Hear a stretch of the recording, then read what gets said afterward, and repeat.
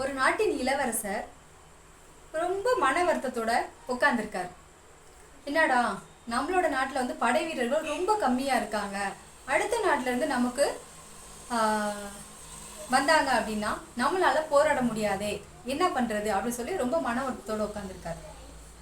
அப்போ அங்கே உள்ள காவலாளியை கூப்பிட்டு, நம்மளோட நாட்டில் உள்ள மாநிலத்தில் ஒரு மாநிலத்திலையும் போய் நமக்கு தேவையான படை வீரர்களை கூட்டிட்டு வாங்க அப்படின்னு சொல்லி அனுப்பி வைக்கிறார்.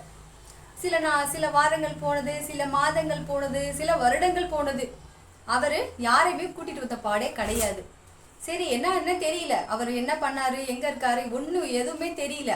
சரின்னு சொல்லிட்டு ரெண்டாவது காவலாளியை கூப்பிட்டு இதையே சொல்லி அனுப்பிச்சிருக்காரு. நம்மளோட நாட்டில் ஒரு மாநிலத்திலையும் போய் நமக்கு தேவையான படை வீரர்களை திரட்டி கூட்டிட்டு வாங்க அப்படின்னு சொல்லி ரெண்டாவது காவலாளியும் அனுப்பிச்சிருக்காரு அந்த ராஜா. அப்போ ரெண்டாவது காவலாளியும் போயிட்டாரு. அப்போ வந்து முதல்ல போன காவலாளி கொஞ்ச நாள் திரும்பி வந்துட்டார். வந்ததுக்கப்புறம் ஒரு படை வீரர்கள் கூட கூட்டிட்டு வரல, சும்மா தான் வந்திருக்காரு. ரெண்டாவது படை வீரர்களும் கொஞ்ச நாள், சில நாட்கள் கழித்த, சில மாதங்கள் கழிச்சதுக்கு அப்புறம் நிறைய படை வீரர்களோட வந்திருக்காரு. கூட இந்த ராஜாவுக்கு ரொம்ப ஆச்சரியம். எப்படி முதல்ல போன அந்த காவலாளி ஒரு நபரை கூட கூட்டிட்டு வரல, ரெண்டாவது போன காவலாளி இவ்வளோ படை வீரர்களை கூட்டிட்டு வந்திருக்காரு அப்படின்னு ரொம்ப ஆச்சரியம் அவருக்கு.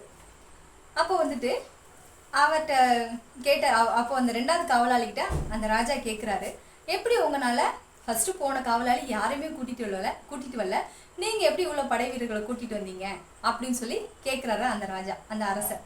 அதுக்கு அந்த காவலாளி சொல்றாரு, நான் வந்து காவலாளியா போகல, சிப்பாயா மாறி போனேன். அதனாலதான் என்னால எல்லாத்தையும் படை வீரர்களை என்னால திரட்ட முடிஞ்சது. அப்போ முதல் காவலாளி எப்படியே போயிருக்காரு, காவலாளியா தான் போயிருக்காரு. அப்போ ரெண்டாவது போனவர் அவர் வந்து சிப்பாயா மாத்திக்கிட்டு போயிருக்காரு. அப்போ ஒரு மாநிலத்திலையும் போகும்போது அந்தந்த படை வீரர்களை பார்த்து அவங்களையும் சிப்பாயா மாத்தி ஒரு மாநிலத்துக்கும் போய் சிப்பாயா எல்லாத்தையும் படை வீரர்களை கூட்டிட்டு வந்திருக்காரு. அதாவது முதல்ல நம்ம மாறணும், சரிங்களா? அதுக்கு முன்னாடி சப்ஸ்கிரைப் பண்ணிக்கோங்க, சப்ஸ்கிரைப் பண்ணிட்டு பாருங்க, லைக் பண்ணியிருக்க மறக்காம.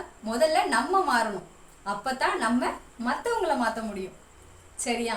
இதுதான் இன்னைக்கான கதை. மறக்காம ஸ்கிப் பண்ணாம பாருங்க. தினமுமே என்னோட கதைகள், குட்டி குட்டி கதைகள் வரும். மறக்காம சப்ஸ்கிரைப் பண்ணிட்டு பாருங்க. வளத்துடன் வாழ்க.